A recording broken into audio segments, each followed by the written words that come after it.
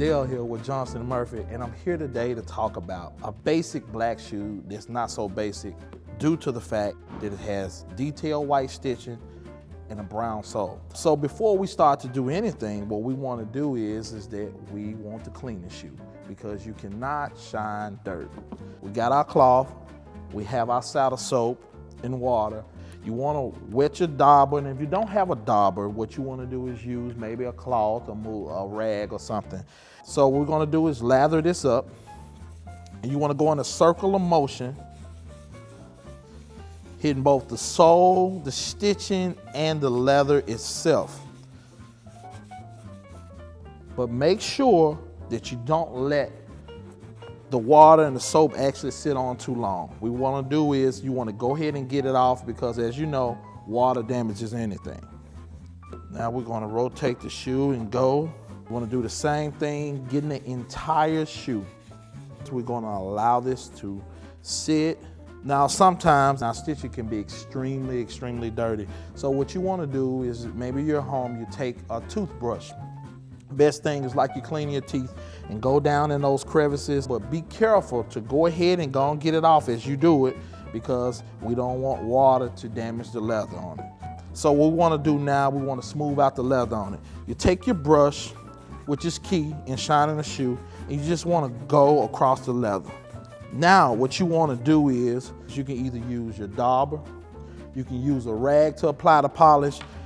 With me, I prefer my hands. Now, a lot of people don't like to get their hands dirty or whatever, but hey, it's just like if you're going out to the barbecue pit, you can't put the charcoal in without getting something on you. You don't have to be too detailed, but at the same time, it's just actually getting it on the leather without getting it on the sole. That's one reason why I like doing it with the hands, because actually you can control the leather a little bit more. We're going in a circular motion, and all we're doing is actually just getting the polish into the leather.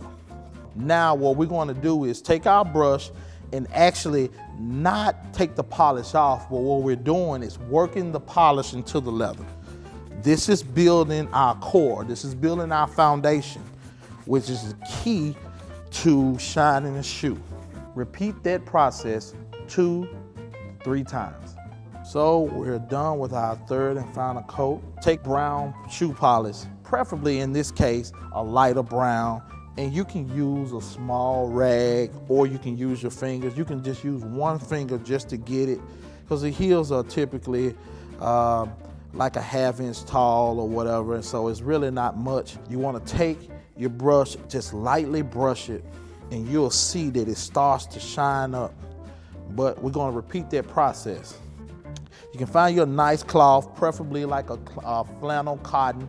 And what we want to do is get a smooth part and wrap it around your finger as such. Just dampen the cloth. Take a black polish, not digging into it. Don't be afraid to rub the leather. You're not going to rub the leather off. But what you don't want to do is that you don't want to scrub the leather. And be so careful not to just stay with one shoe. You have to stick and move. And the shine is continuing to come out. Remembering to rotate the shoe. Feel the shine arising like the morning sun. So we're coming out. Now what we're going to do is what we call spitting the shoe. Not actually spitting on the shoe, but what we're going to do is just mist the shoe, just like this, just mist it. And just go over it lightly. Don't rub too hard, because what we don't want to do is take our good work off already that we already had. Now what we're going to do, we're going to finish it up. Just brush it, just real lightly. You just want to just hit it. Now I always say that you can't have the turkey without the dressing. We're going to use our sole dressing, capping everything off. The shoes will shine from the toe to the heel and the heel to the toe. And this is the finished product.